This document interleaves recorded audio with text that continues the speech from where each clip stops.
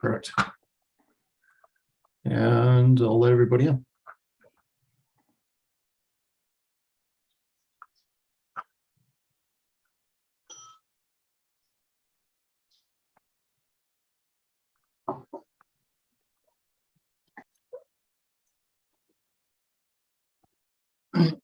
Hello, everybody. Welcome to the October Outturn for the Scotch Malt Whiskey Society. We'll get started in just a moment here. The PDF file for tonight's tasting was linked in with the email invite that you got, but just in case you missed that, I'm just sharing it in the chat as well there. For the Cliff Notes version, we are starting with Salmon Surprise for number 1. Darwin's Tipple will be glass number 2. Number 3 is Oat So Sticky. 4 is 1970s Movie Dram. 5 is Peat Fire Tales on Orkney. 6 is The Inland Shore. And then we're going to end on a merry-go-round of multifarious amusements. So it's going to be, at least based on my first taste through of it, when setting up the lineup, it's going to be a little bit of a roller coaster. It should be a lot of fun. With me tonight are Kurt and Harmony from Kensington Wine Market. Andrew is back in the city of Calgary, but he is a little bit jet lagged, so he's taken some time off. And Cameron is abroad in Germany, I believe, still. So he'll probably be back for the next Outturn, but you got the 3 of us tonight. And before we get going, I'll just give you the typical preamble. First of all, if you, Chris, I said to Kurt, he must be going unplugged tonight. He is playing acoustic for us. But as we're about to get started here, if it is your first time doing a Scotch Malt Whiskey Society tasting, you should have all these fancy little sample bottles that you got from us with your kit. Pour those into, or at least a portion of those into your glasses that are hopefully in front of you. We do run through this sort of as a lightning round blind the first time through. We'll discuss what we taste on the whiskeys. You guys are more than welcome to put in what you nose and taste in the chat as well. We love commenting on that and riffing with you guys. And we'll go through it once quickly, and then we'll go through it a second time. So keep a little bit in your glasses as we're going through.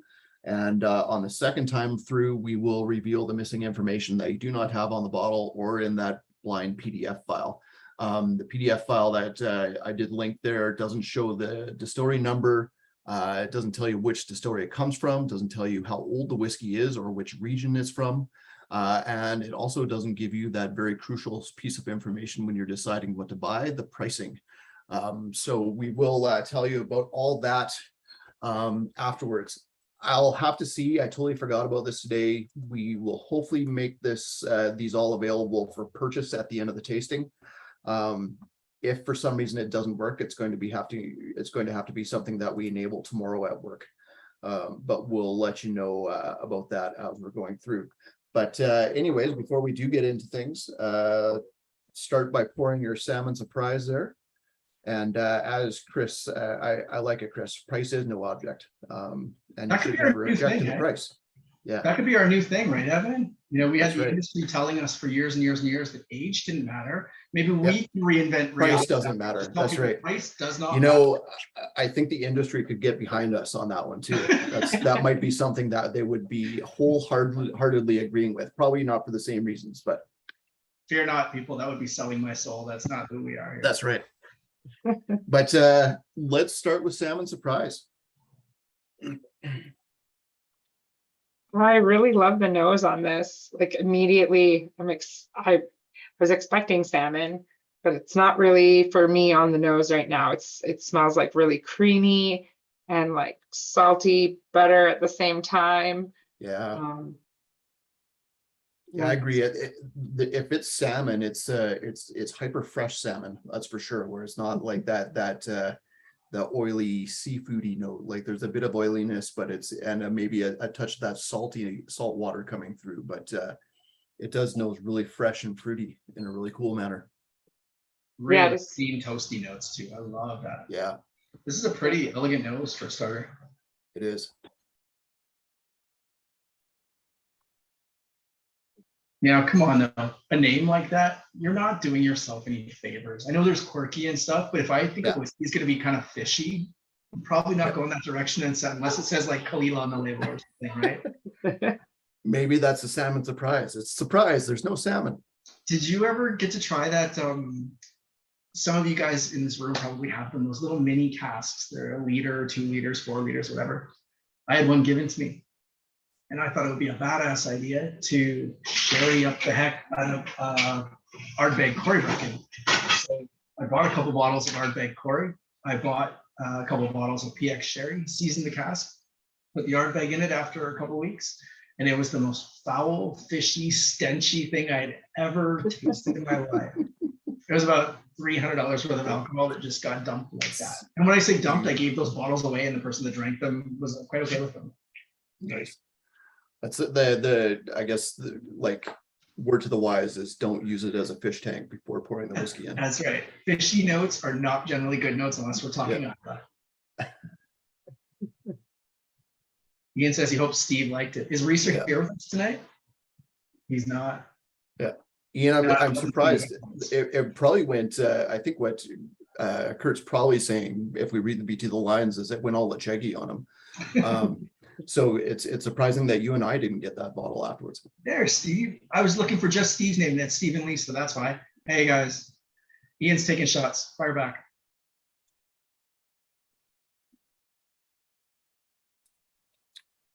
Yeah, I think Steve and potentially Ian are here because I told them it's a pretty cool Outturn, so hopefully it doesn't disappoint. There is a little bit of like I'm probably just looking for it because it's on the name, but it does have just a touch of a sushi note on the palate for me. And again, like hyper fresh sushi or sashimi, where it's the oiliness, the saltiness. You're not getting that heavy sort of like fish note necessarily along with it. Yeah, I get like, sorry, Kurt, go ahead. No, go ahead. I'm saying I get like burnt wood, like that toastiness. I definitely get a lot of fruit, like kind of like just a touch of acidity there. Yeah, it's really cool. It's actually quite nice. I'm enjoying it. Yeah. Lots of toasty oak spicy. Yeah, I was just thinking like a peaches and cream oatmeal mix in there. Yeah, I thought I was getting a little bit of peach on the nose, but now that you say it, maybe I'm not just as insecure in my palate tonight as I figured out. It's always that first dram, right? After you get a couple That's right. Effects, you're like, all right, now we're firing. That's right. Now I can make it up. That's right. yeah. I even thought about like, should I read a tasting wheel before I do tastings? Will that help my memory like be ready, or am I just going to imply the first 20 words to the next? That's right. My worry on that is it would give you tunnel vision, where it's just like that's all you'll notice. I don't know. It's probably again Hunter's long-lasting influence on me. If you guys remember Hunter, that worked with us at Kensington Wine Market and actually preceded all of us at Kensington Wine Market by quite a few years. He had, and then Brian had on the wine side, some incredibly wild tasting notes. And part of the fun in working with them would be to try and out weird them on tasting notes. And that part of the fun has never really gone away for me. It's something that they unintentionally made me lean into. And that's why I try and avoid the tasting wheel whenever possible. We all like to write, right? So it's like that playing with words. So can I paint you a picture of these goofy words I throw at you, and can I make you see what I'm seeing? Tonight, Harmony was there, I think, when Sean was talking about a tasting note of like an airplane bathroom. Yeah. That's incredible, man. Absolutely incredible. I kind of probably don't That want would to do that, but yeah, that would be still at the forefront of Sean's mind as well. So makes sense. Yeah, I'm proud to say I did not look at it, but the thoughts were running through my mind, like would it benefit, would it not? But I can definitely agree. I could see some possible tunnel vision effects in my future if I had done that. Yeah. Well, I mean, there's nothing wrong with it that if you want to do that or if people want to. It's everybody's a little bit different, and sometimes it is helpful to kind of jog your memory to think of the things that you should recognize by looking at one of those wheels. Right. Have you guys tried this with water? For me, it's doesn't really change much on the nose, just goes more muted. Water does bring out the saltiness quite a bit more on the palate, which is really interesting. Gets a bit of a black pepper note probably coming from a bit of the oak there as well. The fruit stays, but it's definitely muted. I prefer this one without. Chris says he's getting a little sour note on the finish. I can see that as well. Mhm. Something maybe a little bit green, like not bitter, but just that sour sort of green fruit note coming out for me personally. I don't know if you're getting the same thing there, Chris. Really nice starter though. I'm Kind getting of like reminds me. Sorry, go ahead, Harmony. fresh parsley a little bit, Oh, cool. just like a touch. Mhm. Yeah, and Chris says green apple was what he was thinking of on the finish. It does have that Sour tartness to green. it. Yeah. Yeah, good call, Chris. This does remind me of a single cask we had in the last couple of years that we had bottled just for us, but I'll wait and say what that was till the second time through when we reveal things. For now, let's go on to whiskey number 2, which is Darwin's Tipple. That's cool name. Smells like Galapagos turtles. Something you're very familiar with, I guess. Right. Yeah. It's got those notes of house arrest by the church for the last decade of your life too.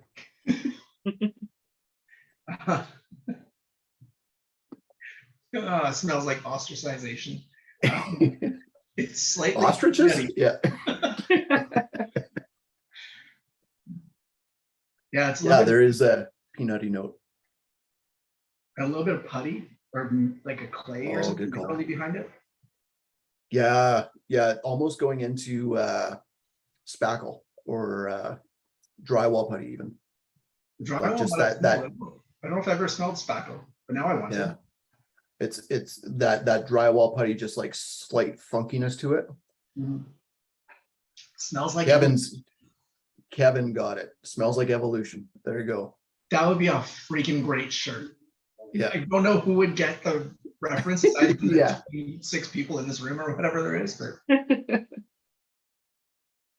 maybe a really Chris is, elite club. yeah. Chris says Galapagos ostriches. Yeah. David, that great scrambled eggs, if you can get those things.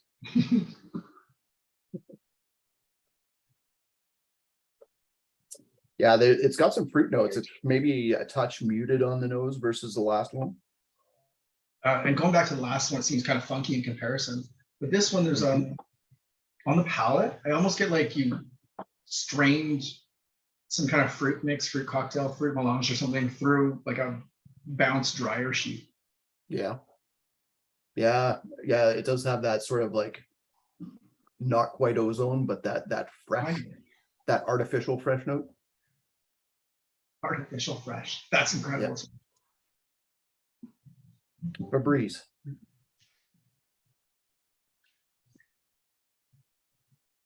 Ooh, All right, I'm not mad at that one. I like that. No. I like that palette better than the first palette.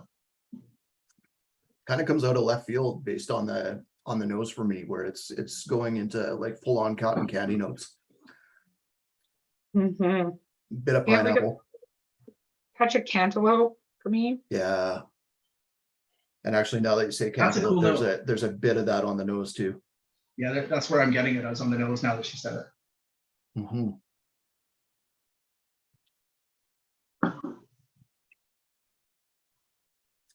Nice. Yeah, this one is Fruit. this one's a little bit more concentrated on the palate, I find, where it's like the first one, Salmon Surprise, it tended to flow and you get the saltiness with it as well. This one's a more tightly packed sort of flavor profile where it just has almost this zing to it, the way it hits the palate. Yeah, I was gonna say it's like lightning on the tongue where you have like all the Yeah. tasting notes hit you at once, but you can't verbalize a single one of them. Yeah, And then it's they're like there and almost gone. gone. Yeah. Yeah. It's it would make a lot of the time when I try and put the order together, I try and think of what dram could be like a palate cleanser to try and get us from like one dram to something that's a lot more different in style. Right. And this one almost could have worked as a palate cleanser by putting it later in the lineup, but I'm happy where it's at right now. It was. Have you guys added some water at all? Oh, don't be silly. It was you that mentioned cotton candy, right? Yeah. I like that note on the palate, especially. It's kind of like I always think of cotton candy as light and just softly sugary, fruity, but that's like a mental game because it's all just texture. What I'm thinking at. You know, when you put cotton candy in your mouth and it all kind of suddenly just shrinks down, you get this blast of harsh kind of sugary note. Totally. I get that on the back end of this. It's kind of cool. Yeah. Cool note. Yeah, and it even has those like those, you know, those shortbread sugar cookies where it's got the lemon, like the dried lemon custard layer to it in the middle, like that tartness that just kind of hits. I'm not sure, but maybe if you brought some in tomorrow, I'd be able to. I probably eat them all on the drive there, honestly. Where's Jeff when you need him? That is very cool stuff. Definitely. I don't think there's a difference in the amount of flavor that's in one or two, but their delivery is very, very different of those flavors. There's more balance on the second for me. Yeah. The nose really lit me up on the first one. The balance here is better and the finish is better on this one. It's just smooth and like doesn't bitter out or anything. It keeps those fruit notes going for a while. Quite a pretty finish on it. Yeah. It's one of those shorter finishes where it's not like, it's not a bad thing. It just keeps it sipping it essentially. Which is brilliant, you know, when it's 60.3 and all. That's right. That's right. Sorry about tomorrow morning, guys. Sorta, not really. Yeah. Okay, on to number 3. We'll try and save some of that one in our glass.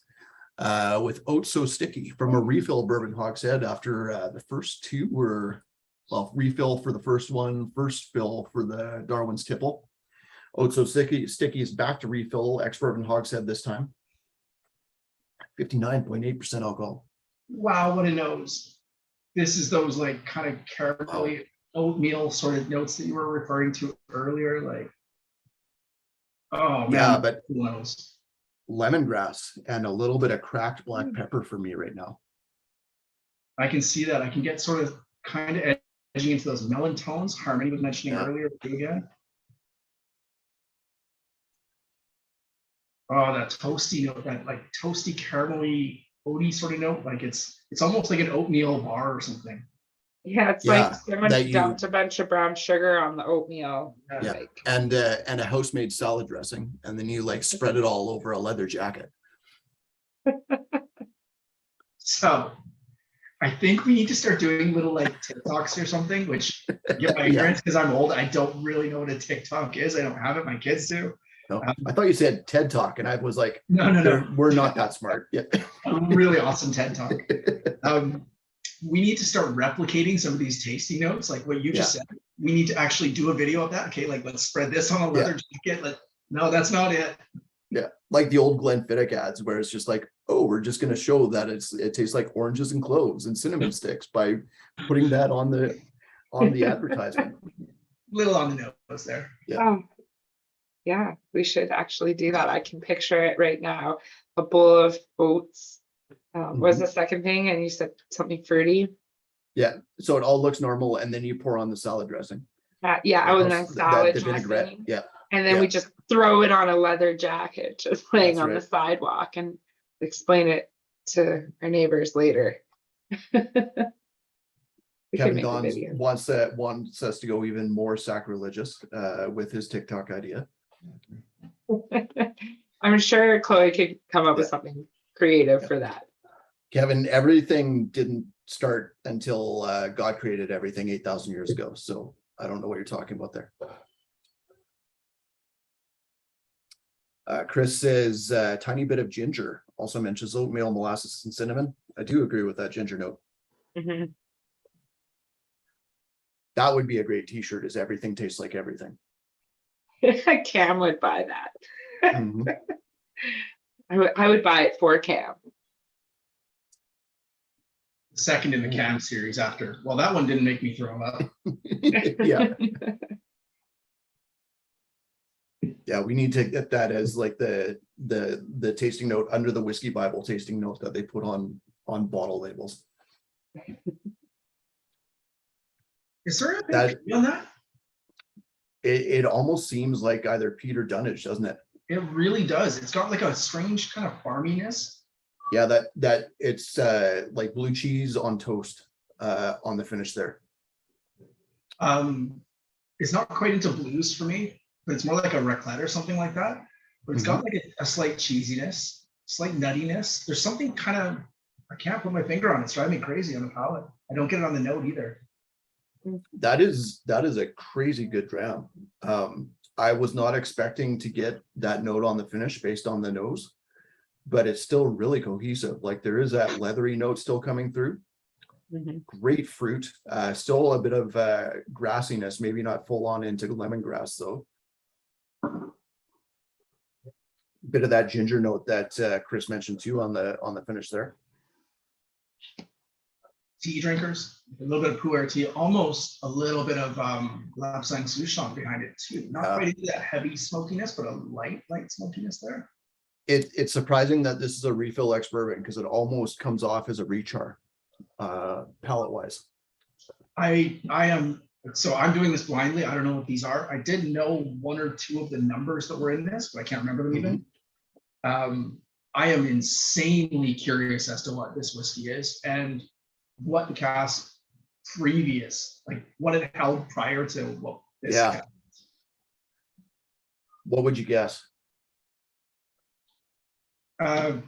Great big sack of what the fuck.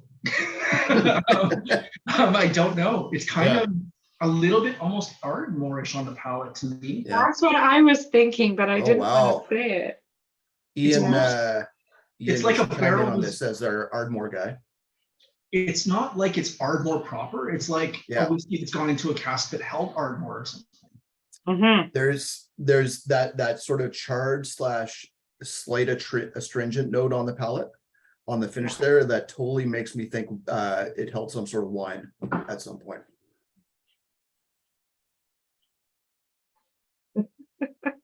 Ian, now you like it. This one is rocking my world. This is a strange whiskey. I don't remember anything like this. Well, the funny thing is, I know all the numbers, but I don't know what any of them mean. Yeah. For this, I don't think that one needs water personally. I tried it with it. Does get a little bit of disjointed on the palate, like it's a lot of wine casks do for me. Yeah, I agree, Kurt. It would be interesting to know what was in there before. There's even some, and they wouldn't have done this because they would have mentioned it if they did, but there's a touch of like a green agave note on there where it's just like slightly earthy, peppery tequila as well. I was thinking cachaça almost, but yeah, I can kind of get that. Interesting. But cachaça tends to be a little bit more footy, and that kind of maybe aligns with that blue cheese that we were getting. I don't know. Yeah. I guess that might be. Back to airplane. Yeah, that's a super intriguing dram. Okay, on to number 4, 1970s movie dram. This is from a first fill ex-bourbon barrel, 224 bottles, 60.4% alcohol. Whoa. And this is the Giving Spirit bottle for this quarter from the Scotch Malt Whisky Society of Canada. Remind me, we'll talk about that afterwards. Oh man, I want one. What a nose. I got like sticky icing balloon, like all wrapped together. Yeah. I get Butter. peat, menthol. Yep. It's almost like a butter and peat combination on the nose. And Charry seafood on the palate even. yeah, and a touch of rust in there as well. Cool. A little bit of that cheesiness on the nose here again too, in all the right ways. Oh, that's a good palate. That's a hella good whiskey all the way around. Chris is menthol, confectioner sugar, condoms. I don't have a comment on that last one, but I do agree on the menthol and confectioner sugar. And I can see kind of like a latex or vinyl glove note to it on the finish as well. I think that's what I meant by like that rubber smell, not Yeah. condoms, but just something like that. You know what's interesting to me? Because the analogs aren't entirely there, the levels aren't right, anything like that. And I know it's not this whiskey, that's why I'm comfortable saying this. The palate is very Octomore-ish. Yeah, It's that very cheesiness. Octomore. Totally. It's like if they were going to do a Blasda Octomore edition. Yeah. It is. It's like the Octomore type spirit with a decent amount of peat, that laddie lactic sort of character, bringing the cheesiness, but it doesn't have that blinding phenolic content and stuff. No. And Cam was going to say Port Charlotte wine cask mills. So yeah, we're in the same ballpark. Yeah. Good to see you, Cam, by the way. He was actually in a seat out in person. Calgary. Yeah. Just saying. He was out in Calgary actually a couple days ago. I know. Picked up his stuff in person. Oh, a couple days ago. I didn't see him a couple days ago. I saw him a couple months back, probably now at this point. Time goes kind of stupid when you're older. Yeah. He made sure I was around to say hi. I don't know if that means anything to you, but it meant something to me. It means probably cry myself to sleep tonight. But that's all good. All good.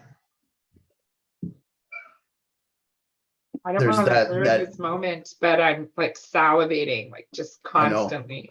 The saltiness on there, and it's one of those like you write out the tasting notes and there's no way that this should be delicious, but it is kind of whiskeys where it's just like rusted out still, crazy cheese notes, crazy salty as well. And there's like cotton candy again smeared on everything, confectioner sugar, and apparently a condom or two, depending on who you're talking to.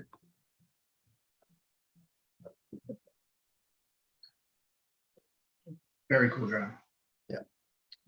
Cam, I was lucky enough to catch you, and it was cool seeing you again. Yeah, there's definitely some seafoody notes on that one for sure as well. Mhm. Yeah, good lineup so far.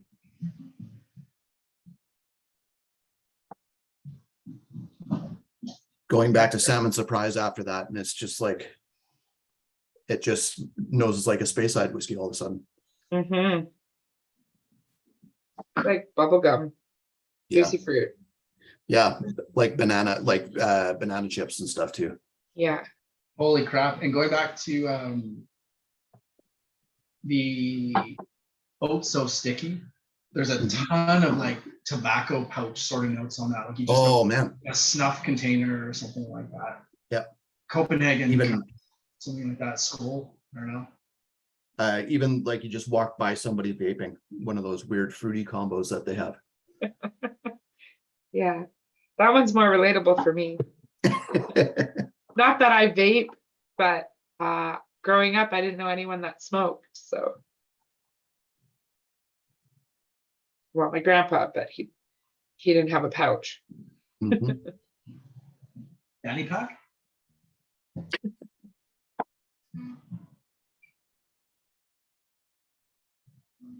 Speaking of fanny packs, I was giving Eli crap the other day because he was talking about fanny packs being back in style, and I said they were never in style. And then my wife proceeded to come back from her trip in Vancouver with a brand new fanny pack. So I guess I have to get on board now. No, you don't. Steve and Lisa nailed it. And I think, if memory serves, I think they actually both appreciate cigars. So I don't know which one of them said this, but the retro hail for cigar smokers after tasting cigar dipped in caramel, nailed it. Absolutely nailed it. That's that Cool. kind of caramelly, oatmeal-y kind of note that I was getting up first, and then that tobacco note. That's an absolutely beautiful tasting note. Yeah, my All the words were spelled correctly. my cigarette smoking was strictly stuck to Popeye cigarettes as a kid. So I only go by secondhand smoke notes for the most part. Let's go on to number 5, which is Peat Fire Tales on Orkney. I wonder where this one comes from. I don't know if you guys know. So Peat Fire Tales Probably is doesn't. yeah, it's Scapa guys for the first time. This is cask finish this time around. Ex Oloroso butt, first fill PX butt for the finish. 59.4% alcohol still.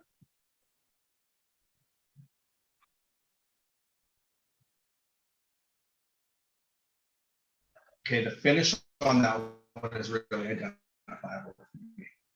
On the Orkney.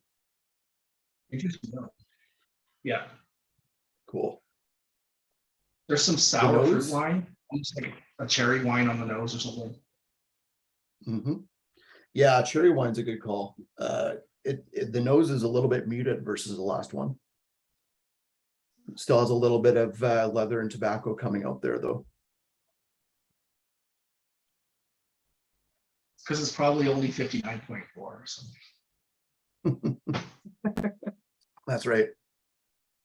That's like 1% less than the last one. A little bit of Rubbery on a the combination of teriyaki sauce and Worcester on the palate. Yeah, I can see that. And then going back to the nose, like even though it's seen 2 different sherry casks in the making of this whiskey, there's still some nice stone fruit and honey notes on the nose now. Now you're just giving more hints. Mm-hmm. I didn't say the other H word that tends to go along with this specific distillery.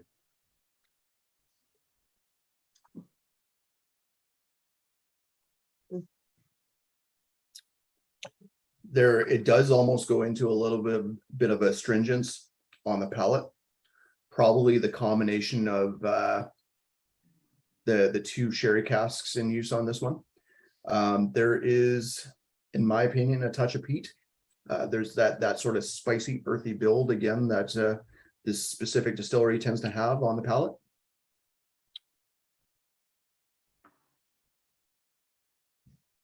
A little bit of grilled mushrooms on there as well. I like that mushroom note, and I like what Chris just said too. Yeah, the Haribo gummies and Sour Patch Kids. Good call. Kurt, you may have to kick the rest of your household off Netflix. Your bandwidth is a little bit choppy.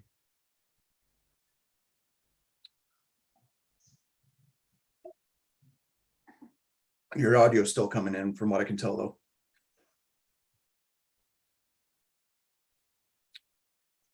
After that last one, this one's quite muted for me. Mm-hmm. Yeah. It's got it is more muted and not as expressive as number 4. It's got a longer finish though. That earthy spice and like a little bit of dates or even into like a slight plum sauce sweetness come out on the finish for me. Just added water just to see if it does anything. Touch of Spanish cedar on the nose. Right back Yeah. to the smokers again. Mm-hmm.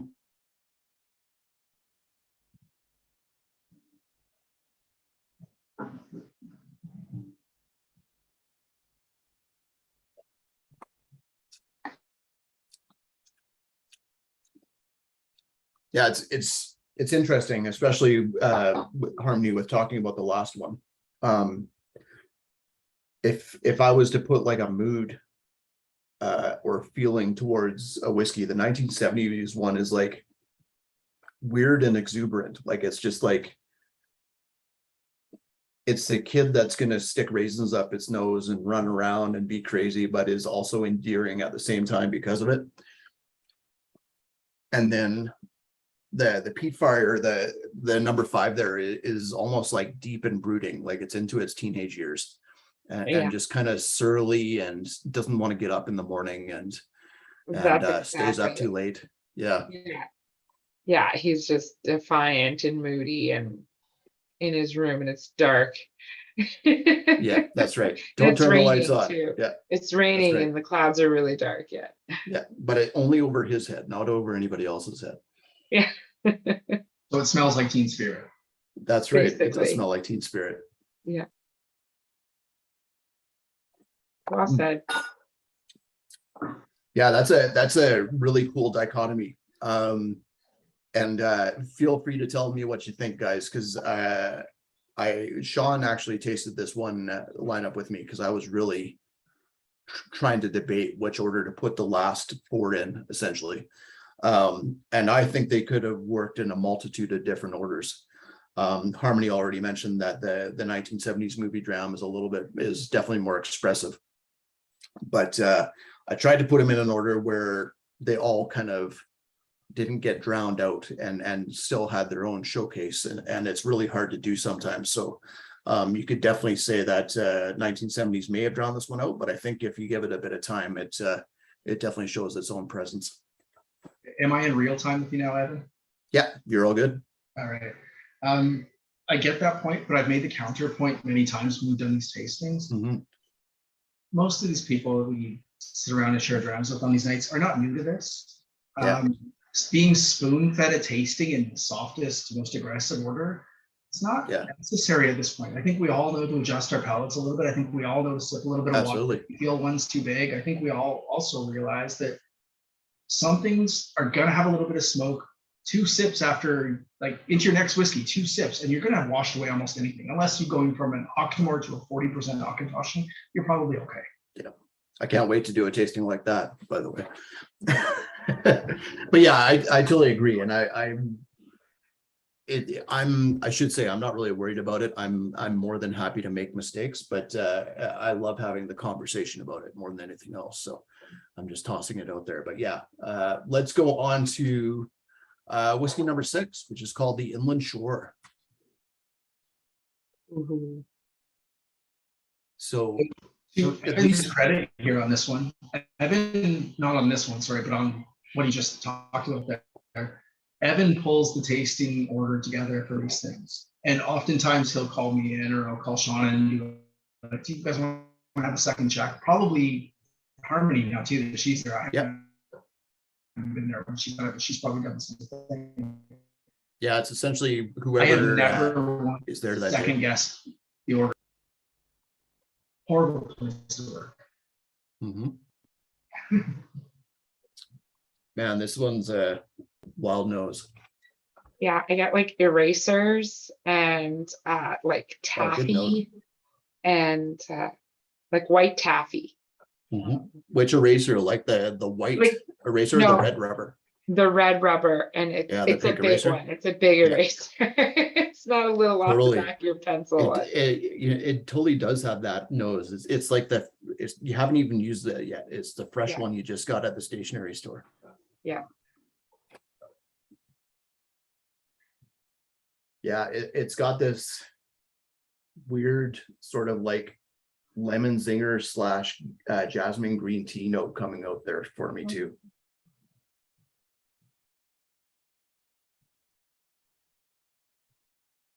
So Oh. this it's interesting lineup wise too, because this is in my opinion our 3rd peated whiskey of the night. Your mileage may vary, potentially our 4th peated whiskey if you thought, oh, so sticky might have a bit of peat in there as well.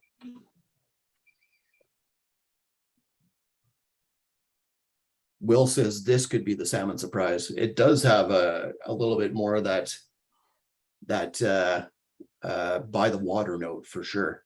Mhm. I wish I ate more seafood sometimes when I drink these things. I don't know what mackerel tastes like.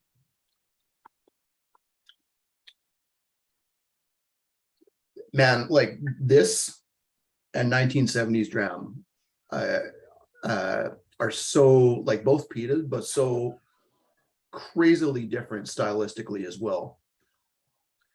This is like the Inland Shore that we're trying now. It's such a tightly packed sort of peat profile where it doesn't hit your whole palate and spread out. It's just, Mhm. it's not laser focused, but it's definitely a tighter approach and more of a tighter pack of flavor in there as well. Kind of like I was talking about at the beginning with Salmon Surprise versus Darwin's Tipple, where this one's so tightly wound, it's almost zingy on the palate again. Mhm. This is great. This has one of those no's that you know it's going to develop just like the others. It's one that I could just sit back with my feet up, relax, Yeah. binge watch a TV show, and just enjoy those moments where you just Mhm. sip your glass and just like watch it evolve, and you take those salty sips and watch. Hopefully, it'll evolve as it opens up. But yeah, I could cozy up in bed with this, and I know for some people that might sound weird, but Mhm. No, I totally agree. The nose right now, and even the palate, it's like you made a s'more around the fire, but then you didn't realize it till afterwards, but there was like a green apple Jolly Rancher in the middle with the marshmallow. Where it's got this tartness that comes along with that sweetness as well.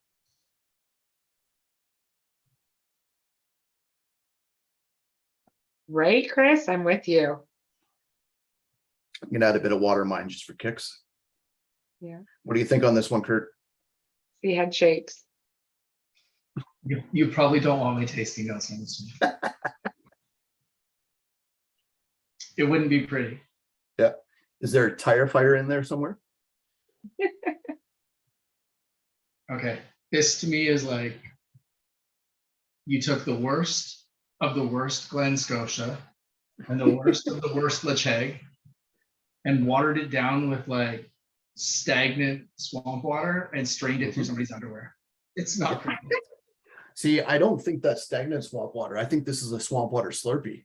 Yeah, what this it is official swamp water. Yeah. I can't do this one. You can't. I love that some of you guys are like, man, I want 4 to 5 ounces of this. I want this for hours. I love that. I love that. But no, this one's not for me at all. It is a wild one because there's almost like the finish there. It's like you tried to be all suave around your girlfriend and you tried to spray your mouth with some like mouth spray, but you grabbed the bug spray instead. Where it's just like vaguely chemical style wise on the palate, Yeah, but in a good way. Yeah. Yeah. I don't know if there is a good way with that, Evan. And I got to ask for all of us here, is that the voice of experience? No. I think my wife would totally appreciate if my burps killed mosquitoes though. Okay, coming back to Steve and Lisa there, I'm sorry I chose the distilleries. I love Glen Scotia for the most part. Lecheg is another whiskey. But anyways. Yeah. Kurt, did you I know Harmony read it. Did you read the Tobermory tasting note that I added you guys? I sure did. Yeah. Oh my God, it was so good. It was the best tasting note. It made me laugh so hard. It basically said that Evan and I are right and Kurt and Andrew can improve on being wrong all the time about Lecheg. That's right. It was great. Always room for improvement. Mhm. I mean it, seriously. You guys will get there one day. I hope not. Yeah, me too. If that's a fault, I don't want to be right. Okay, last but not least, a merry-go-round of multifarious amusements. Again, 2 casks involved in this one. XO Oloroso butt to first fill PX butt, 56.9% alcohol. That actually could be the lowest of the night. I can't recall. And we are ending on something that, at least to me, is unpeated, which is definitely a lot different for a lineup. But it is absolutely massive sherry bomb. Yeah, massive sherry on the nose. Well, I would hope so, considering Kurt hated the last one. Well, let's see how it transitions. That's right. It's 2 sips, Kurt, and that last one will be a memory. Yeah, Kurt, I tossed it just as a palate cleanser for you. I tossed early batches of Baboona into this one. This is huge. This is all mincy. This is like Yeah. reduced fruit syrup. Like you cooked it down to almost the point of like almost bitterness, like in all the right Yeah. ways. Uber thick, syrupy, like monstrous. Still, monstrous. like nose wise, I'm still getting a surprising amount of citrus, which I wouldn't expect. Like orange rind and grapefruit rind for me. Which would make me lean towards Aberlour, interestingly, Yeah. not just those Cool. notes. But Aberlour Chris is marmalade. Yeah. Sorry? Chris says marmalade. That's a good call. Yeah, again, typically Aberlour, but with a little bit more floral that I'm getting here. So I wouldn't think this was Aberlour personally. Oh, And there's some savory tones here too. savory but clean. Like that is a crazy clean sherry palette. Like sharp, a bit of spice, but at least for me, no touch of sulfur. Definitely wine influence, but not going into the rotten egg notes at all. And not winey. No. When you say the wine note, yeah, I can see that. But to me, winey is always a pejorative. We're always thinking of it as a negative thing. I get some wine influence here, but it's not that weird sour. No, it's not going into that astringence that you get on some wine casks, where this one winey, but like more into again reduced balsamic notes on the palate. Again, a bit of citrus, but that leathery note as well coming through. Interesting. Strawberries on there, like cooked down strawberries for sure. Agreed. And there's a leathery sort of mid palate to back note that actually makes me think there might be a little bit of peat on this, but it's so hidden on the nose and largely hidden on the palate. But I think I'm getting it towards the back end of the palate. Could be wrong, but I think I am. There, we did have, as a side note, based on that, we did have a society bottle from these guys, and they are typically unpeated. I'm not aware of them doing any peated runs, but there was a society bottle that was sherry that I thought had a bit of peat influence somewhere in there, whether it was what the cask carried before or what have you, I'm not sure. No, I think it's just like kind of grippy, earthy tannins more than anything. Having a bigger sip where it's a little bit juicier. I don't really think it's peaty so much as it is kind of earthy and spicy and stuff. Yeah, just the two casks. Yeah, I agree, Chris. This is damn good stuff, and I think you're bang on with that marmalade note. That combination of like sweet and tart notes, and again citrus for me. Like strawberry and rhubarb going together essentially, in that matter. And touches of the wildlife rhubarb gin, even on the palate for me right now. I could drink a fair bit of Stuff. Yeah, that's not usually my style, but it tastes like much like the 1970s and the peat fire tales on Orkney. These are like Oliver Twist drams, right? Yeah. These, sir. Yeah, small. Yeah, that's a killer dram, and the crazy thing about it for me too is typically with sherry, and typically especially when it's a cask finish with two different wine casks in there, you put water in it and it becomes incredibly disjointed. This one actually to me takes to water very, very well, which shocks me. I'm not going to say it's better or worse, that's up to you guys, but for me, I'm not upset I put water in it. But are you happy you did? Yeah. That's the real question. So far, I definitely want to try it neat again, but I don't feel like I lost anything, which is crazy. That so a lot of people would probably question whether or not you put big sherry after big peat or before it, because that's it's kind of tends to permeate stuff that follows. But again, it comes back to what we said earlier. Not always, and you know how to clean your palate. This to me is the perfect closer for this lineup. I wouldn't have done it any different way. And I'm really happy now that we've gone through it once. I totally agree. Like that sherry is big enough that it stands up to every peated whiskey in there with no issues. Incredibly so, and surprisingly so. Where it a lot of the time peat, whether you like it or not, does drown out a lot of other flavors, but the peat on here, even though we were 3 drams, maybe 4 drams with peat, it was not over the top. It was more moderate peat than anything else. No, hopefully I'm not too down on co-host here, but we'll see what happens. Any I actually comments? think if Sorry, go ahead, Kurt. audio delay again. Okay. Well, while we're getting things figured out before we go through everything again, I'm just going to try and enable things and see if it sticks for sales. And then we'll do the reveal. Any comments on the Outturn so far? Steve and Lisa, you guys are happy with me pushing you guys into getting in on this one, or is it just money down the drain for you?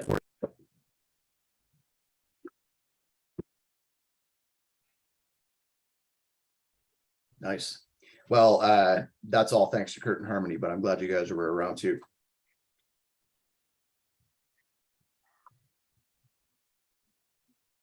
Okay, just bear with me here, talk amongst yourselves. I'm just going to see if you guys can, or if I can get everything enabled so we can actually sell you bottles at the end of this.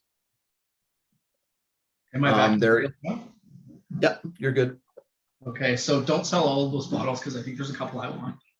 Yeah, I don't blame you. There's only one so far that is limited, and that'll be Peat Fire Tales on Orkney, limited to 1 per person, I believe. Not a lottery bottle by any means though. But we definitely have stock of everything so far.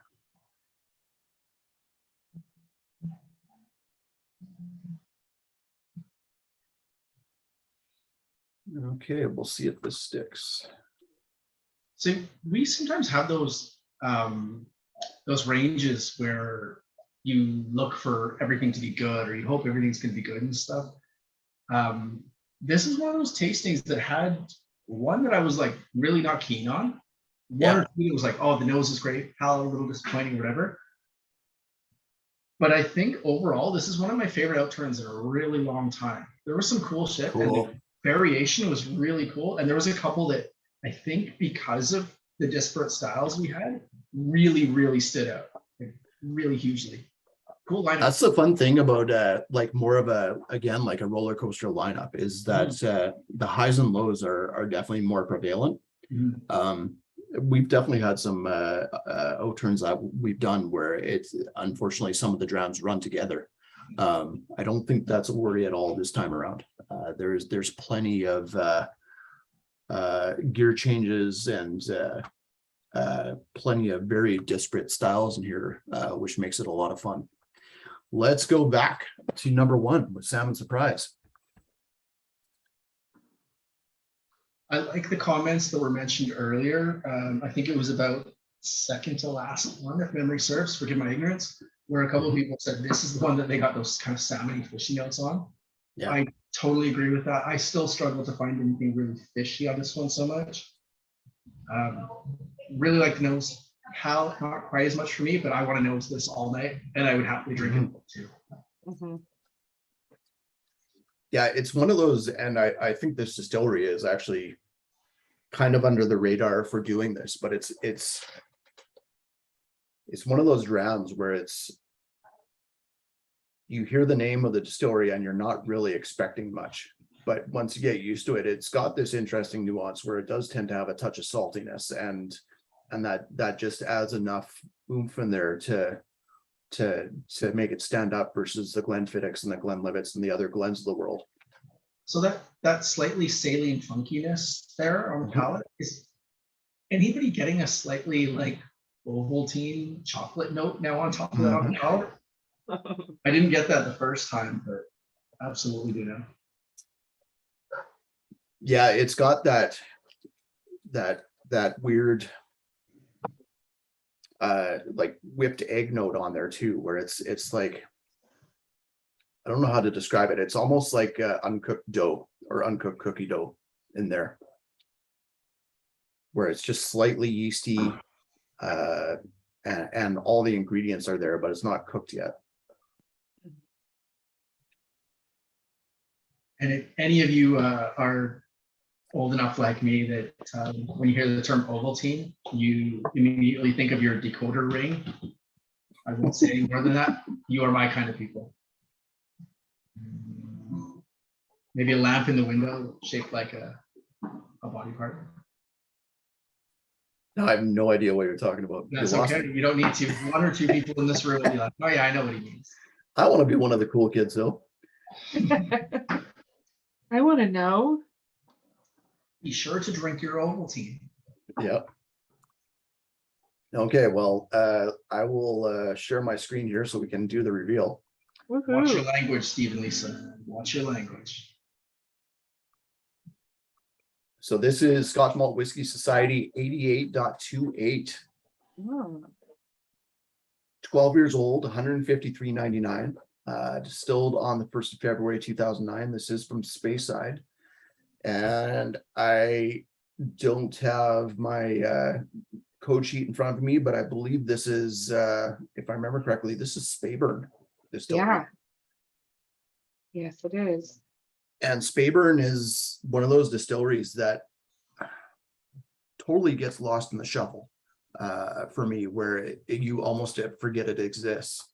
And I feel like I'm just getting to the point where I'm starting to appreciate their distillate style, where I can start to pick it out. I'm sure I couldn't pick this out blind in a tasting as being Speyburn, but that saltiness is something that they tend to get on their spirit, even though they are right in the heart of Speyside. We did have a single cask from them that we sold through about, I think we sold the last one about 8 or 9 months ago at this point. Apple juice. Yeah, and it was kind of a sleeper dram where it was really good, but it's like you tell people it's Speyburn and they're like, Spey what? It's just not a distillery and even the company that owns them is understanding of this. They're trying to get more traction with that distillery. It's a fairly large distillery. They're not like just producing Springbank levels of whiskey or anything like that. But a lot of it goes into blends, and even though they've had single malts for years, it's just kind of one of those that gets lost in the shuffle. Tends to have this peanutty note because they tend to use a lot of ex-bourbon barrels, especially on the 10.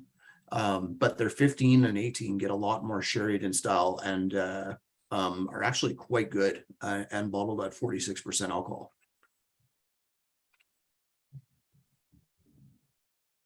Yeah, this is a pretty cool dram, and I think it totally works as a starter because it does have that saltiness to make your mouth water for more of this or more of the next one in some shape or form.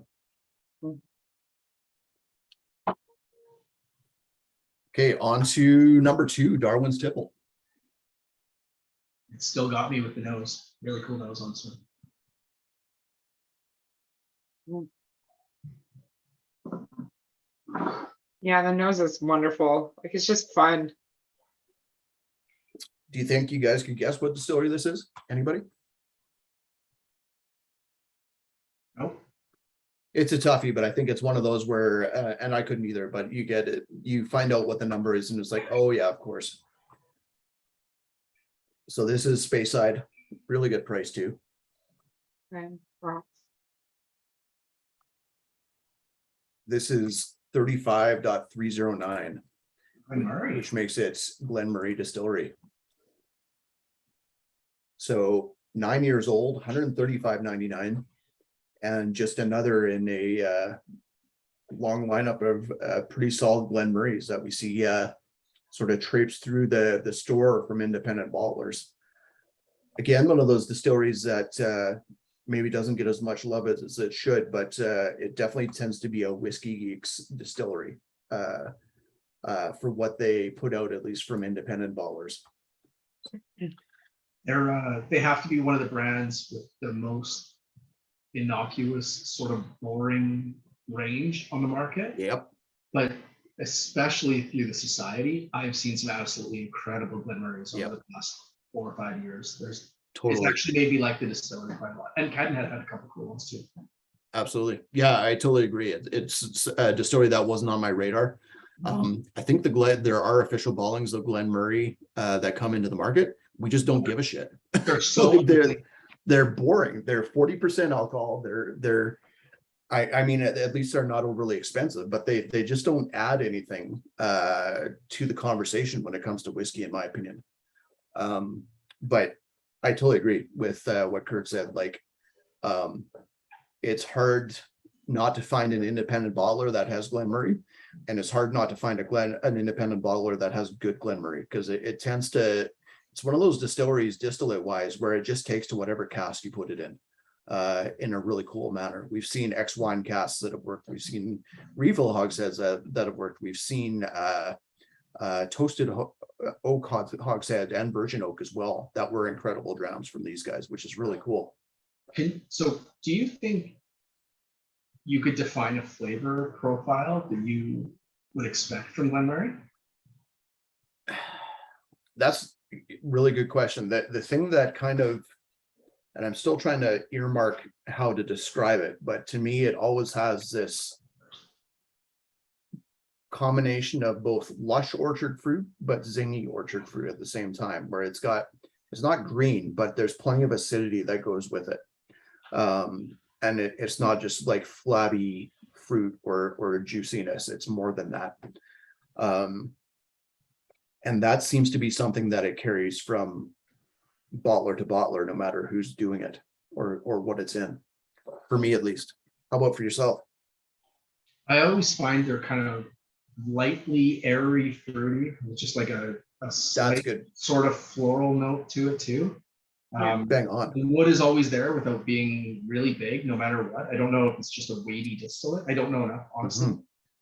But I don't know. There's just something about it that seems to me that it's a real shame we don't see more of it with 25 to 35 years on. Totally. And I think we'll get there. And we have seen a couple society ones, like that recent black label one. Yeah. It ages really, really well too. And Yeah. I kind of kick myself for not watching for more of them earlier now that I've gotten into some really cool ones. Yeah. Yeah, it totally ages really well. And I know Andrew's a fan of it. We had our 25-year-old Cadenhead, and we had was it a 12 or an 11-year-old Cadenhead as well? Yeah. And both of them, you're right, had that floral fruity note. That's a really good way of putting it, because it does have that sort of like chamomile or vanilla flower in there as well, typically, along with, even goes into the more spicy floral notes of like a Gewürztraminer on the wine side of things. I would throw that question to Harmony too. And I would say that, because you and I are slightly different on this, I don't know if she will be too, but it seems kind of like a chameleonic sort of malt too. As much as we sort of have an idea, it, as you said, it takes to anything really well. Totally. What do you think? Yeah, I would agree. I'm not very familiar with them because, as you both said, in the mainstream line of their bottlings, they're not exciting. And when I've asked anyone about them, they're not exciting. But I can recall trying some Cadenhead back in the day. That was very good. But haven't been very exposed to them. So I'm kind of like, oh, I feel like this is my first one. I know it's not, but I feel like it's the first one that's sort of resonating with me, with lots to offer. Like, there's a lot going on. For me, there's changes. Everyone was talking about the fruitiness, and I was feeling that arid floral note a lot. And so I was a little confused of like, am I thinking the same thing here? But the more we talk about it, the more I'm affirmed that, yeah, there's definitely something in here that I would like to see more of. But Evan, I didn't catch the age of this one. How old is it? Oh, good call. So it's 9 years old for this one. Okay. And along what you're saying too, and what we're talking about with Glenmurray, I remember a conversation I had with someone from that has been with the Scotch Malt Whisky Society of Canada from the start, where they'd go to tastings and they'd be like, oh, 35, I wonder what this one is. And it's like, oh, this is really good stuff. And then they were like a couple years in and realized that they had all these bottles at home that mostly came from the one distillery. And it was just like, oh, so I do like this distillery. Still can't remember what it is, but they do great stuff. Well, and that's kind of what Glenmurray is to me. Glenmurray is that way to me, and truthfully, Speyburn has been that way to me as well. even at Yeah. work, I'm like, man, your packaging is so annoying. Like, slim down or whatever. Yeah. Too wide. Like, I- Let's take more space on the shelf packaging style. I hate them. I'm like, but it's something that I think you would typically just see as like, your space side whiskey label. It's not Mhm. always named. Someone said that in the conversation earlier. It's we've had a few of these, or probably Glenmore bottles in the past.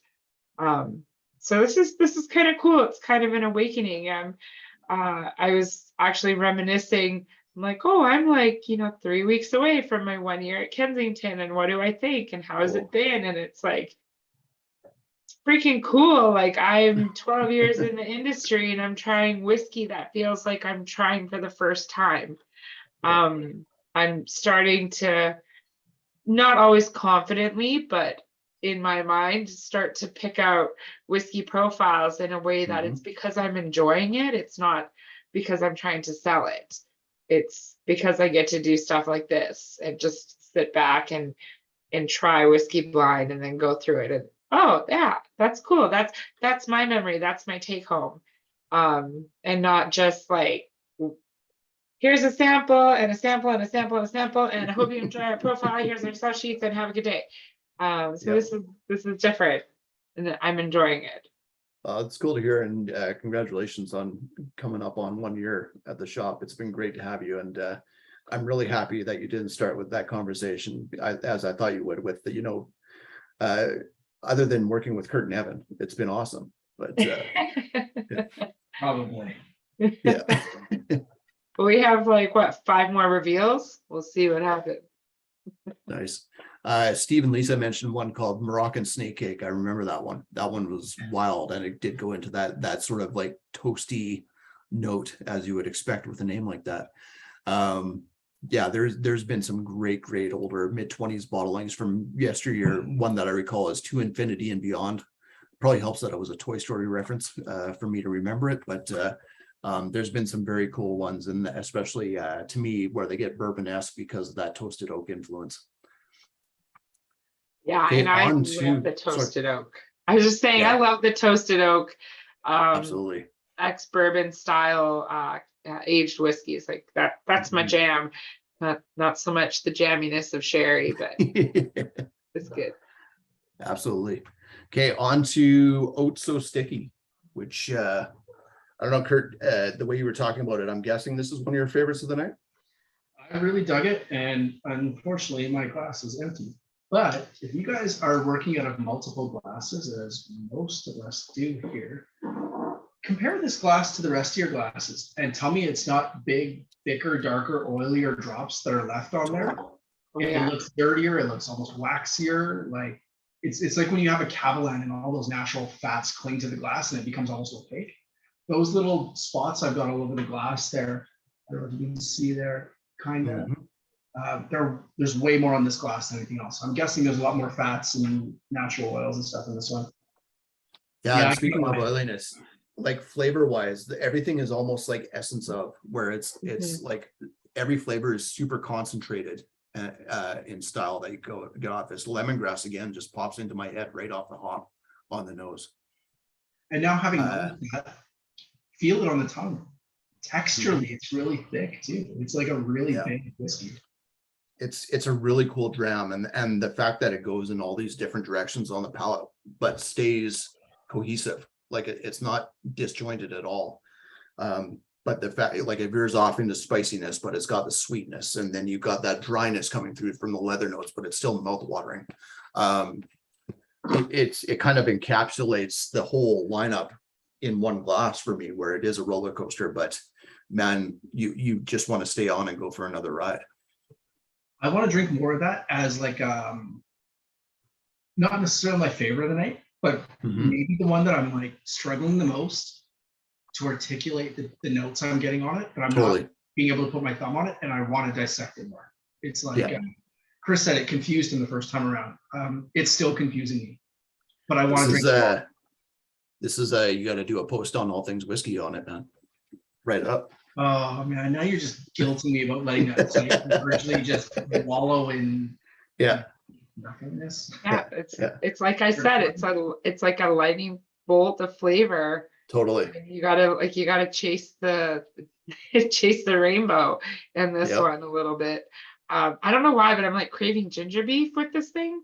Oh man, that actually would probably pair really well. The ginger beef kind of, again, it has everything that this one has and that concentrated flavor. Maybe that's the secret sauce in this is MSG is what it comes down to.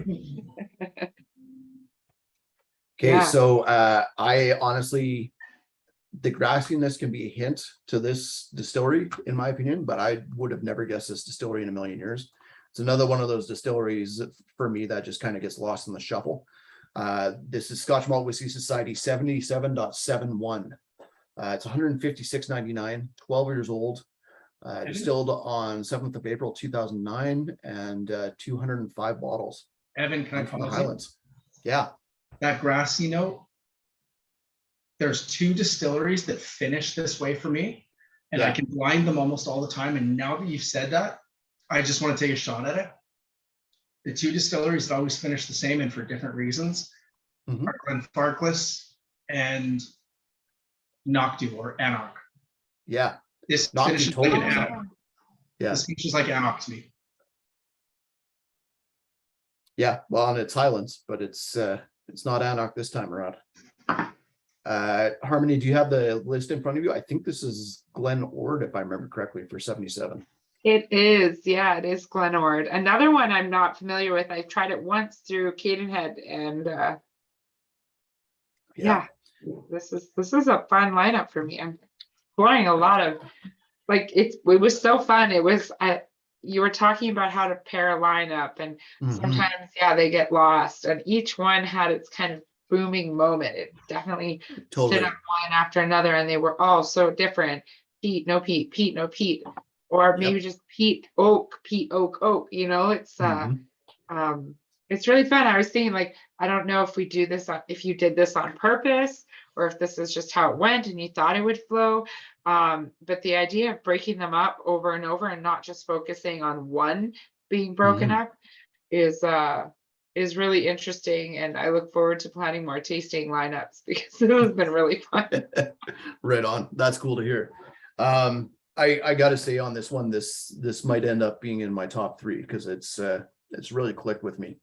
For Oat So Sticky. That's Glen Ord again, not a distillery that really jumps out to me. Most of it gets bottled as blended into Oblivion, into Johnny Walker and J&B, or bottled as a single malt in the Singleton range that we don't see because I think we mostly get Glendullan, if I remember correctly, on that side of things. But yeah, that combination of citrus and grass and sweetness and everything else going on in there, and that oiliness to sort of coat your palate. That is a really cool dram. Interestingly, two of my most well-remembered kind of favorite whiskeys of the last decade or so, there was an OB Glenord, like a proper distillery bottle. I think it might have been a square bottle or something. I don't know. Somebody could probably remind me in this group. There's someone that tried it. I think it was a 32-year-old or something like that. Absolutely stunning. And there was a Society bottle. I think it was a 13-year-old from several years back, and it was unbelievable. It was brought to a theme night I had, and the guy that brought it was somebody who was quite cynical about younger whiskeys. I'll just leave it at that. But even he was wowed by it, and I remember absolutely falling head over heels for it. I still have a little sample. I should bring that into the shop for you guys and anybody else that happens to be in the shop that day, because when you bring a sample, you should just get it. So Kurt, are you saying one of your clone came to the whiskey night that you hosted, or the last thing you need is another one? They're like, oh, well, it's got to be older whiskey, and Lecheg sucks, and you were like, high five. But I'm also the biggest champion for 3-year-old whiskeys too. There's a lot of really, really cool young. You are. It's just that mid-age that seems to fall a little flat for me. It kind of falls into that the Glenfiddich 12 category for me. You know, you're like, yeah, it's the between age years. Yeah. I remember it's like I was talking about the young and exuberant versus the dark and brooding, and we're doing the young and exuberant with 1970s movie dram right now, and then we'll talk about it. But it is, I remember, it reminds me of my dad when I was young. I was 11 or 12, and he was telling me, "Oh, you're becoming an in-between ager," because I didn't know how to behave. I was getting a little bit gruff and surly around the edges, but still had my active and super excited moments too. And I just wasn't sure what to do with myself. And I'm sure we've all been there at that age, but that kind of encapsulates that style that you don't know what to do with, essentially. I think Cam just nailed it. And so I remember a 13-year-old ord I absolutely love too. But I think the one that I am thinking of is the one Cam just mentioned, the 89 25-year-old, because I think he and I've had a little bit of a chat about this one at one point in the intervening years somewhere too. And it kind of triggered me again. But that was I don't think I've tried that one. Stunning ord. Absolutely Cool. stunning. Okay, on to 1970s movie dram.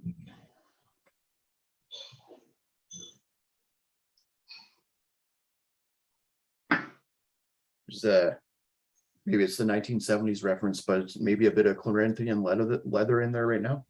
A little bit of vinyl as well. It's so salty to me. Yeah, salty and just like rusted out, but bright at the same time. Yeah. And it kind of describes this distillery to a T. If you listen to Andrew or you had been there in the early 2000s. This is from Campbelltown. Distillery number is 93.179. It is 8 years old, from 21st of March 2013, and it is from Glen Scotia. That's funny.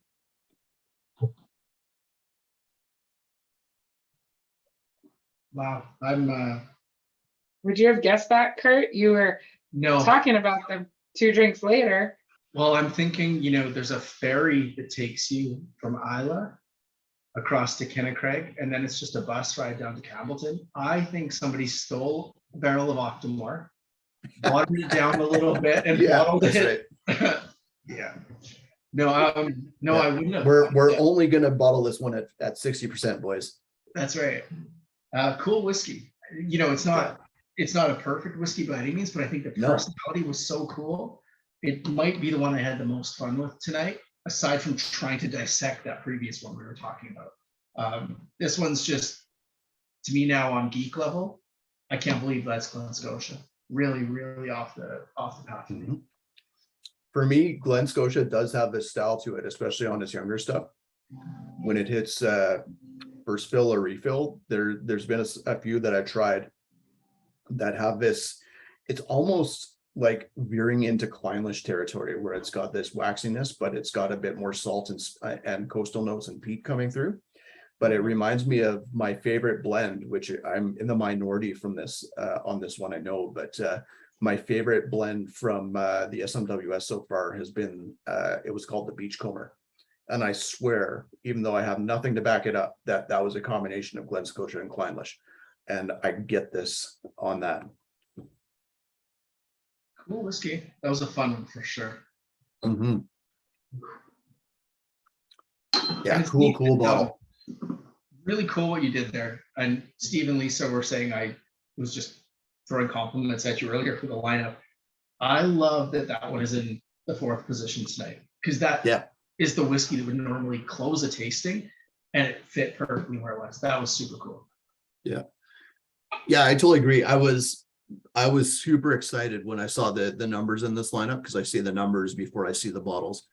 And then the bottles came here, and the 93 was in a blue wrapper instead of like on top instead of a green. I was like, oh my God, what's this going to be? Like you get like that with Bunnahabhain too, where distillery number 10 is usually either in a blue wrapper or a green wrapper. I had no idea what this one was going to be like. And then I noticed it's like, oh, it's still got peat. Oh man, it's going tropical. Oh, it's going in all these different directions. It's crazy. And I did treat this one as a palate cleanser. even though it's not a palate cleanser, it's one that totally stands on its own.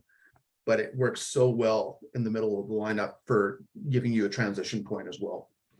It is still sort of industrial and dirty and greasy and all that kind of stuff, but it's also sort of like, I hate to say it, but almost medicinal Isla style, which kind of doesn't make sense because the distillery I just said, you know, Proglati producing Octomore, and like Cam said for Charlotte, they don't use Isla peat for their stuff. It's mainland peat for their distillate. So I was thinking Kalila. It does have that oiliness like Kalila too. Yeah, for me, it reminded me of like Kalila, but not. Yeah, it's so much more like tropical fruit and orchard fruit than Kalila, where it goes to a little bit more citric with the 53s. Yeah, but yeah, that just like without the smoke and the peat and the industrial notes, that it would just be juicy. This one, very, very cool bottling. So this is the Giving Spirit bottle as well, if I remember correctly. Yes, it is. So little note from the Scotch Malt Whisky Society of Canada, which is Kelly and Rob Carpenter. So this is their Giving Spirit bottle for the quarter, and the 1970s movie dram this quarter. We're turning our attention to Canada's kids by donating to Kids Sport Canada. So the proceeds that the Scotch Malt Whisky Society of Canada makes off this bottle all go to get donated to Kids Sport, which is very, very cool. Okay, on to number 5. Which distillery could peat fire tales from Orkney come from? Scapa. It's got to be. It's not Scapa. I'm being facetious. Yeah, if it was Scapa, that it would probably be more stylistically like Darwin's tipple than anything else, I think. Will, when did Scapa start up again? Evan, consult the Bible, please. Yeah, that's the real Bible. I'm going the to real right Bible. now. So Scapa started in 1885. It's almost kind of like Glen Scotia was for quite a while, though. Scapa, pardon me, where it was only run part-time for quite a bit, especially in the late 90s, early 2000s. It's not a big distillery by any means. So we don't see a lot of it except for special official bottlings. I think the only independent bottling that I can point to that I've seen is from Gordon MacPhail. I don't know if I've seen any others at all. Official bottling? But this is, sorry? OBs, did you say? For independent bottlings. Oh, for indies, yeah. But Peat Fire Tales, of course, will be a Highland Park. Kevin. Glad you revealed that. The chat was really diving into that Scapa idea. Yeah. I'm just, Kevin, you've surely seen Harry Potter, right? You know the whole, his name, we Shall not be named. Yeah. His name shall not be named. Yeah. It's a little too rapey for everybody's comfort level here. Moving on. Okay, so this is 4.292. It's pricey, but it's also 19 years old. This is $394.99. And 567 bottles from the Outturn from 2001. And it's a little bit different from some of the Highland Parks that we've seen recently from the Society because it's going into some more deeper sherry territory. We've had a couple like that, but the ones that really stick out for me are the more refill hogshead and ex-bourbon style.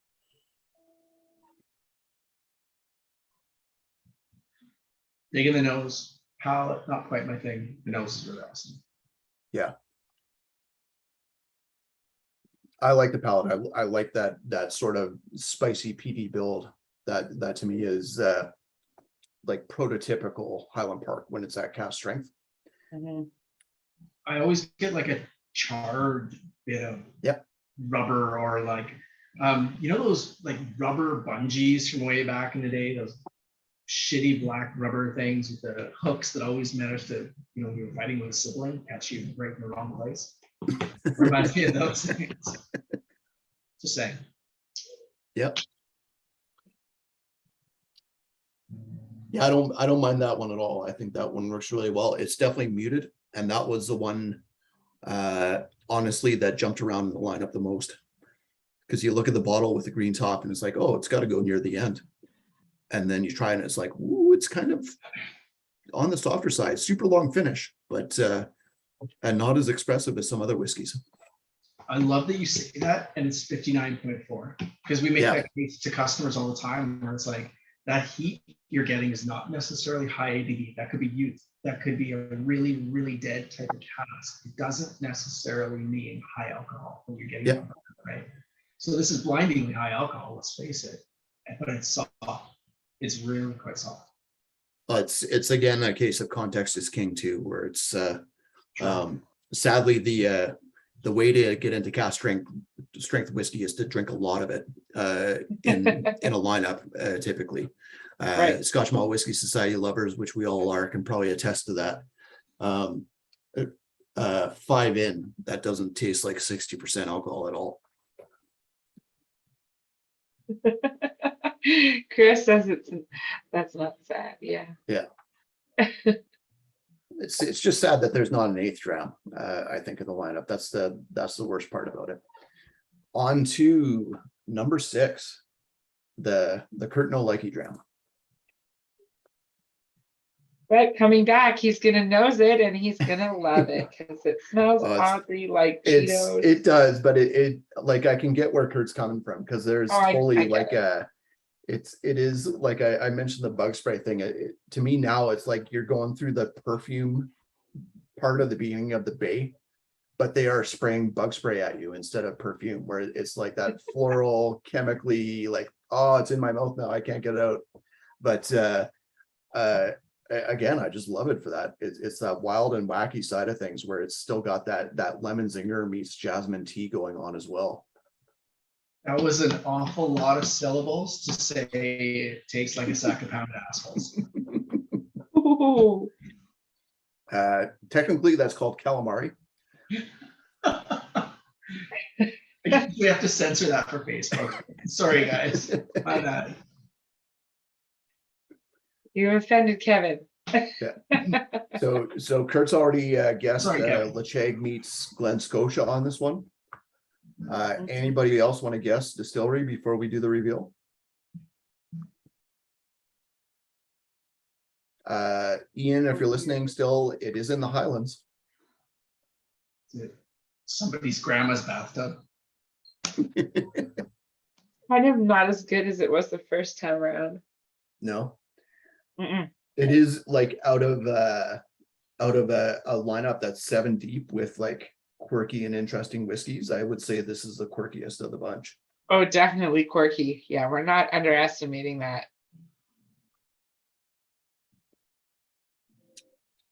No cheaters. Yeah. Okay. Well, I was trying to get Ian to say Ardmore, just so I could tell him that he was wrong, but I'll just reveal it. So this is Scotch Malt Whiskey Society 122.46, 15 years old. Oh. The Inland Shore is distilled on 22nd of March 2006. 277 bottles from the Outturn, quite peated, but from the distillery that I love because they do absolutely everything. Yeah. This when if you guys have been following Andrew and Sean's exploits as they go through different distilleries in Scotland on Instagram, this was the one that made me most jealous, is that they visited Loch Lomond, because I haven't gotten there and I want to, but it is one of those weird, crazy distilleries. Thanks, Harmony. This is distillate wise, this would be Croft and Gia, or Croft and Gaia. I can't remember how you're supposed to pronounce it, but it's for being Croft and Gaia. The one thing that it's missing that Croft and Gaia to me typically has is this wet, smoky cardboard note, which it usually gets on the nose. This is almost like you're going more into like taking Inchmere and distill it and peating it, where it's fruity and floral, and has that weird, lightly chemical note coming out, probably from the peat more than anything else. Who knows? But I love it. I know it's not for everybody, but it is one of those. It's so weird that I have to embrace it kind of drams. I have lots of fun with Loch Lomond, but to me, they are 100% the jack of all trades, master of none kind of thing. Yep. I find expressions every now and then that I really, really quite like, but I never find one that I love. And I do think there's way more misses than hits. Yep. But the thing is, they never have really just moderate hits. They never have greatest hits as far as I'm concerned. They're always like, oh man, yeah, okay, I want to drink that. I want to drink that, or no, I don't want to drink that. It's really weird. Yeah. Still very polarizing.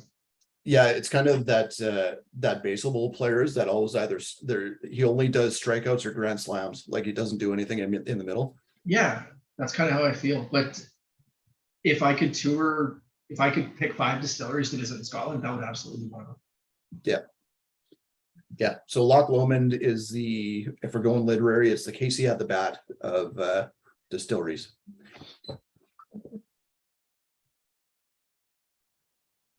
Yeah, to me right now, it's like you took mulled apple cider and then tried to make a flaming moe from it.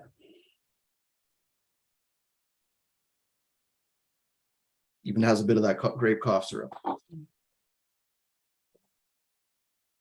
Enjoy your dram, folks.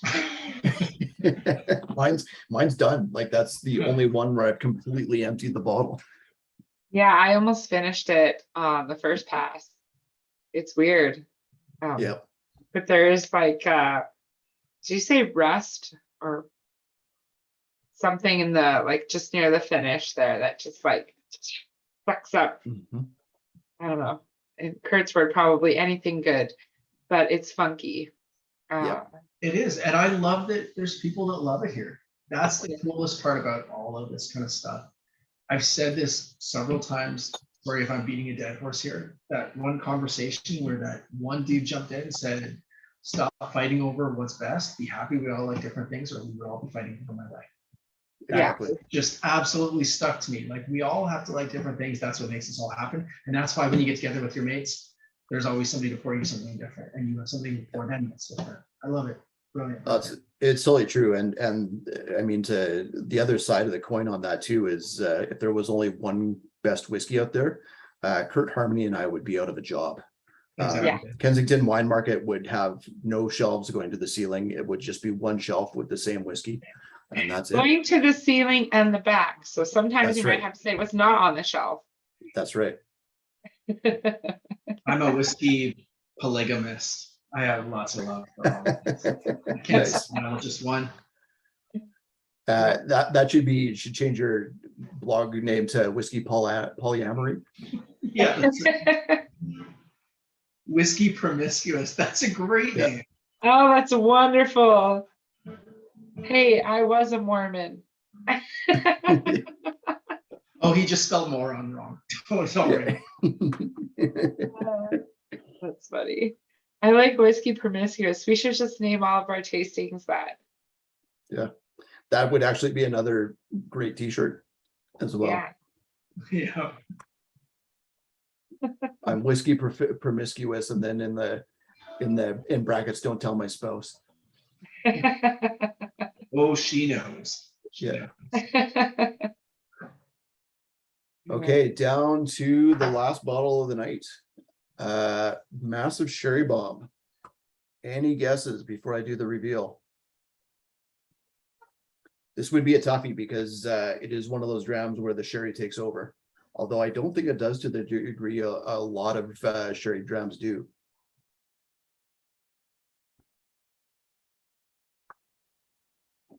This is one too, Kurt, and I don't know if Harmony's tried that yet, but there's a great Gordon MacPhail bottling from this distillery right now that is also quite sherried. I guess that waxy note that's coming out on this one. Really? Is that even? Yeah. Cool. Very cool. I wouldn't have guessed it. But I do kind of see that analog now. Yeah, yeah, that waxiness, that when I was thinking about that, it's coming out now. Like it's almost like the Twizzlers and nibs kind of waxiness on the nose. And it's but absolutely on the it's- palate too. Yeah. So this is SMWS 41.148. 175.99 for the price, which is actually pretty darn good for 14 years old and 2 different sherry casks in the making of this. And distillery number 41 is Deluane, a really cool distillery that I'm every time I try a bottle from them, I find more love for the distillery, where it's the distillery almost seems like because it's owned by Diageo, and maybe Kurt will either agree or disagree with this, but it's almost like the only reason for Deluane to exist is as a backup plan for Clynelish. It 100% seems that way. Yeah, where it has the waxiness that Clynelish gets. It gets a bit of a fruity note, but it doesn't lean into it in the same manner, and it keeps a bit more of this sort of like green fruit and grassy note throughout in a lot of cases.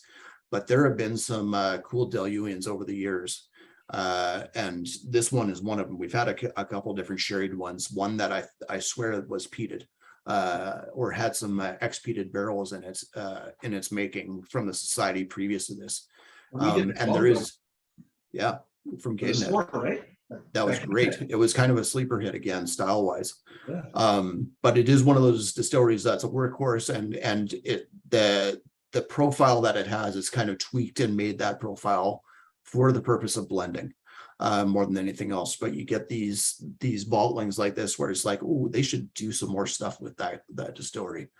That G&M bottling that I was mentioning too is fantastic and a really good price. So keep an eye out for that one as well. We do have it on the shelves if you guys are looking for it, but this was another very, very cool bottling of Deluane. I would say that we are horrible, all of us there, at keeping secrets. Yep. So, you know, when you go into class and your teacher's saying, this might be on the test, wink, wink, kind of thing. Deluane would not be the sleeper choice for Clynelish, wink, wink. It Yep. wouldn't be a hot distillery coming up or anything, wink, wink. Keep an eye on Deluane. Yeah, I totally agree. It is one of those, like, again, for me, like another Diageo distilleries, Nick, where it's just like every time I have another bottling from them, it's more and more on my radar. So that's the lineup, folks. I hope you enjoyed it.